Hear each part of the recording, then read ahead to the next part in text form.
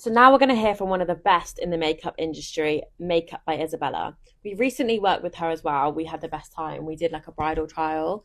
It was honestly So just fun. amazing. We looked amazing as well, She's so didn't we? knowledgeable. Woo! We look so good. She has over 10 years experience, I think, in the wedding makeup industry. So she knows what she's talking about. And yeah, she wants the best for all of you brides. So Such a she's lovely a good person time to hear from. So we're going to give her a call now. Hey! Hello. How have you been? Busy? Yeah, I've literally just had 2 bridal trials today. Yeah, I've had 2 bridal trials today. Bridal trials tomorrow. Busy. Good. We'll just get straight into it if that's okay. So the first question is when to book hair and makeup. Like how far in advance should brides be looking at booking it?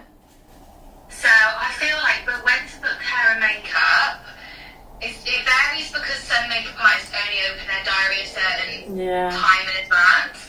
My diary is open, so by October this year I'll open my 2028 diary, so about 18 months in advance my diary opens. I feel like so that you can secure the suppliers that you actually want, if you're going to get engaged and start planning the wedding straight away, then contact the suppliers that you have your eye on, because popular dates as well, like peak season, Saturdays, Fridays, they go so quickly.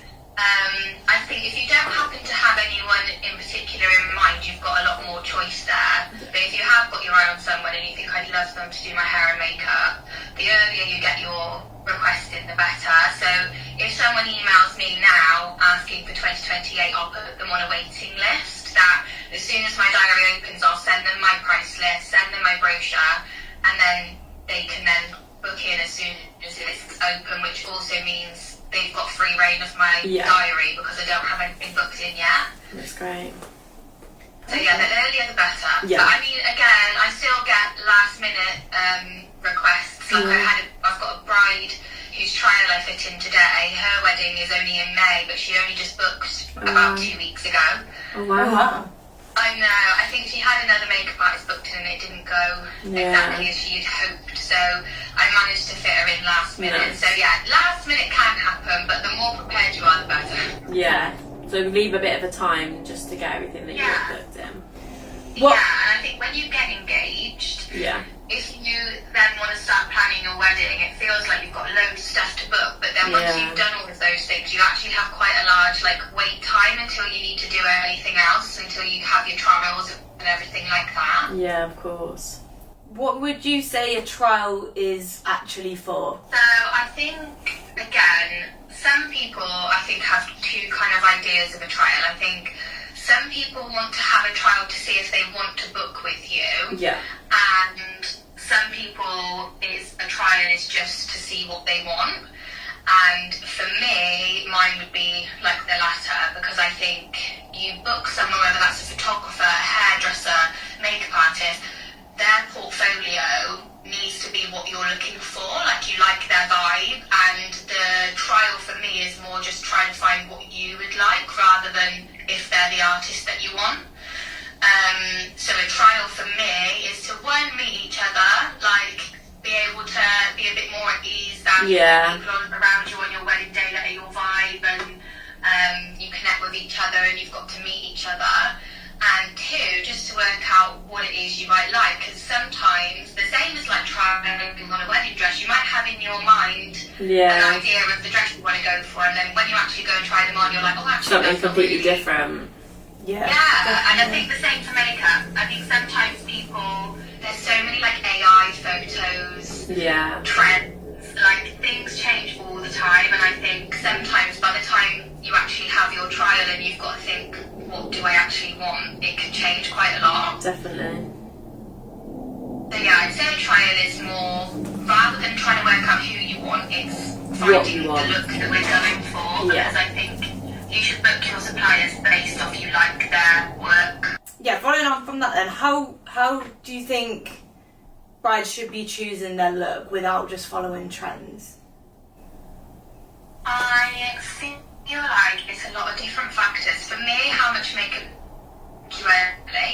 Yeah. I think you do get some people who don't wear any makeup and they want to look really glam on their wedding day, but 9 times out of 10, I think if you're not used to wearing makeup, by the time you have your trial and you might have chosen something that's super glam, in reality you might not actually like it on yourself. Yeah. So I feel like don't just follow a trend because it's what's popular. I think you need to take into account what you like as a person.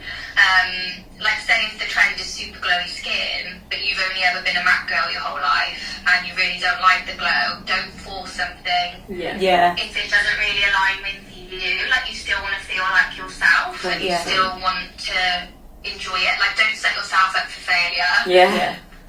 You know, if you never wear any eyeshadow and then your inspo look is a super dark, smoky eye, you might not like it. Yeah, of course. So kind of make it what you like normally, but just elevated and fine-tuned rather than it being completely drastically different to maybe what you normally like. Yeah.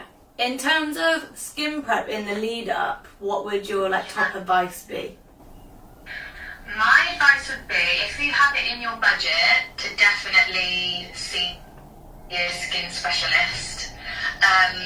As makeup artists, obviously we do know about skin and certain ways we can hydrate and plump and, exfoliate. We can do certain things to your skin on the day, but your makeup is only ever going to sit as well as you have looked after your skin. And I think if you have the budget for it, it is so worth it to go to a skin specialist who, like a year in advance of your wedding. Again, it's something I would book in, giving yourself lots of time.